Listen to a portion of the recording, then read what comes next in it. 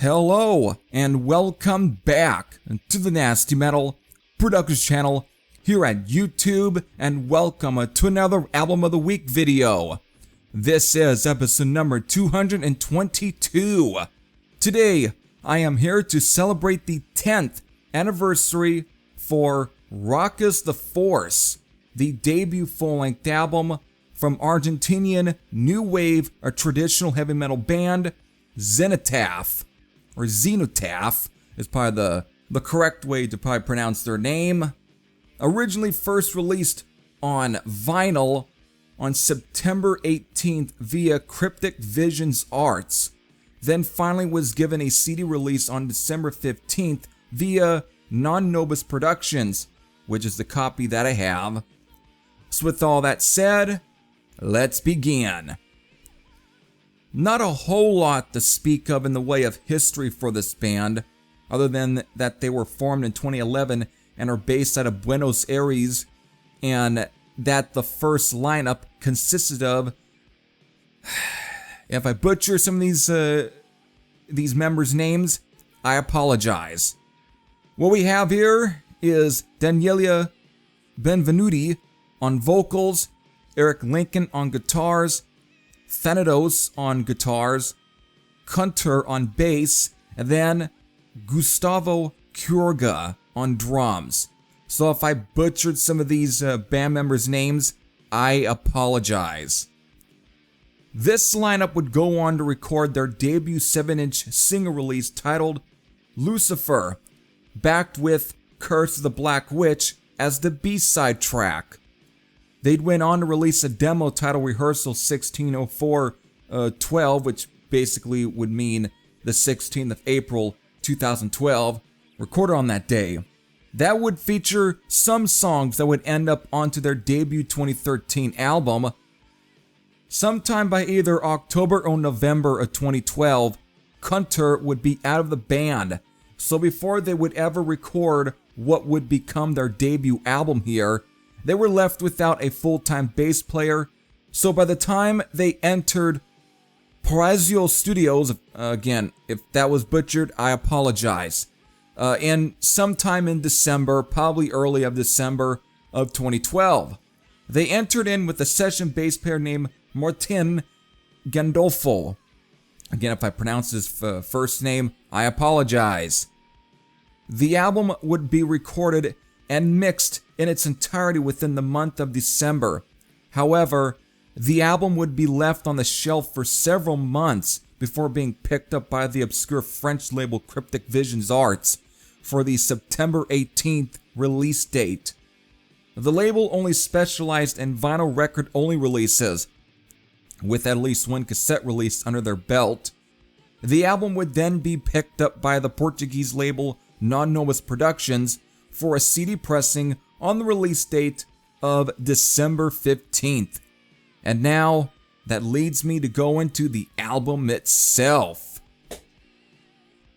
So, featuring 7 tracks, clocking in at the length of 35 minutes and 40 seconds, these 7 tracks are of course starting with Countess of Salem, Time to Leave, the title track, Hot Blood, Curse of the Black Witch, Aztec Serpent, and then finally ending with Fight the Beast. So there you go, folks. There's your 7 tracks. I bought the CD through Non Nobis Productions Bandcamp page in December of 2015, possibly the 25th or 6th, depending, which is documented on what was the first collection update video of 2016, which is actually my 4th entry into my collection update series. Since then, I've sporadically showed this album and even gave brief views on this one, and since then, not a single viewpoint has drastically changed. I still enjoy this album. When it comes to the majority of new wave or traditional heavy metal bands, while their key concept is to reproduce music that harkens back to the glory days of metal in its heyday of the 1980s, very few can reproduce the smell and vibes of one of the 80s most cherished delicacies. That is the independent private press metal sound. Like for instances, your Taste of Irons, Black Knights, and Messiah Forces of the world, just for small examples. That's what Xenotaph channeled here. You can make comparisons to the likes of Bitch, Black Lace, and Warlock because of a female is singing here, but to me, this is less commercial / big label sounding, as in no harmonized vocals and big hooks.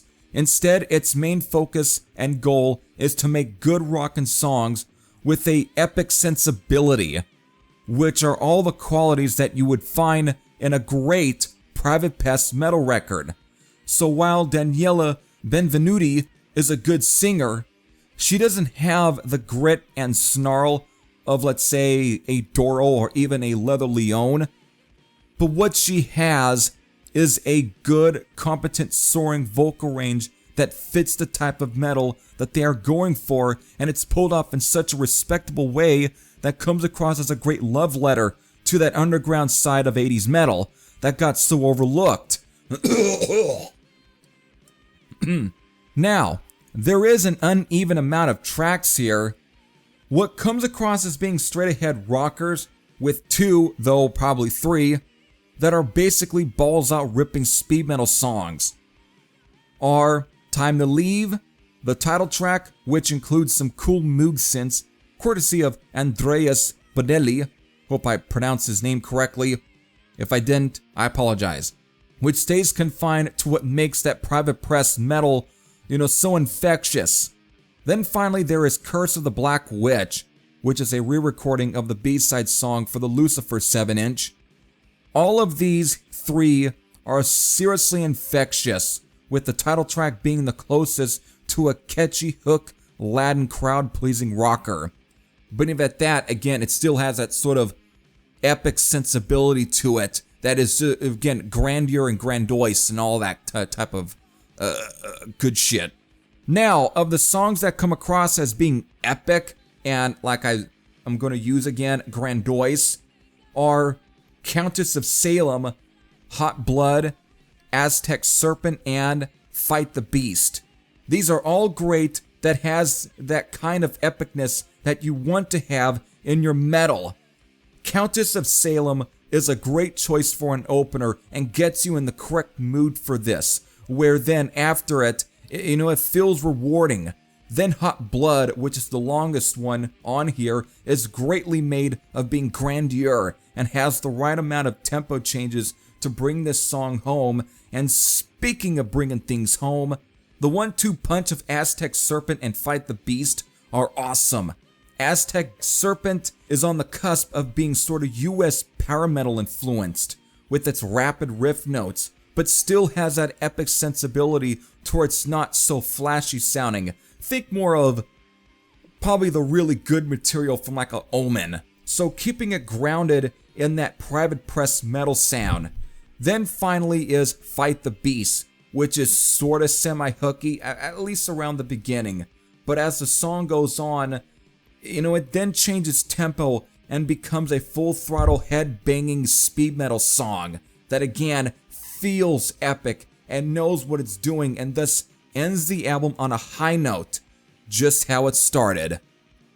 Now, Xenotaph would come back in 2017 with a 7-inch single titled Live Attack that would feature a live version of Lucifer and a B-side song titled Overkill, not a Motorhead cover. Then after that, they would stay quiet till returning last year with their long-awaited second album, Real Steel, which I still haven't gotten around to picking up or listening at all. I should change that. So there it is.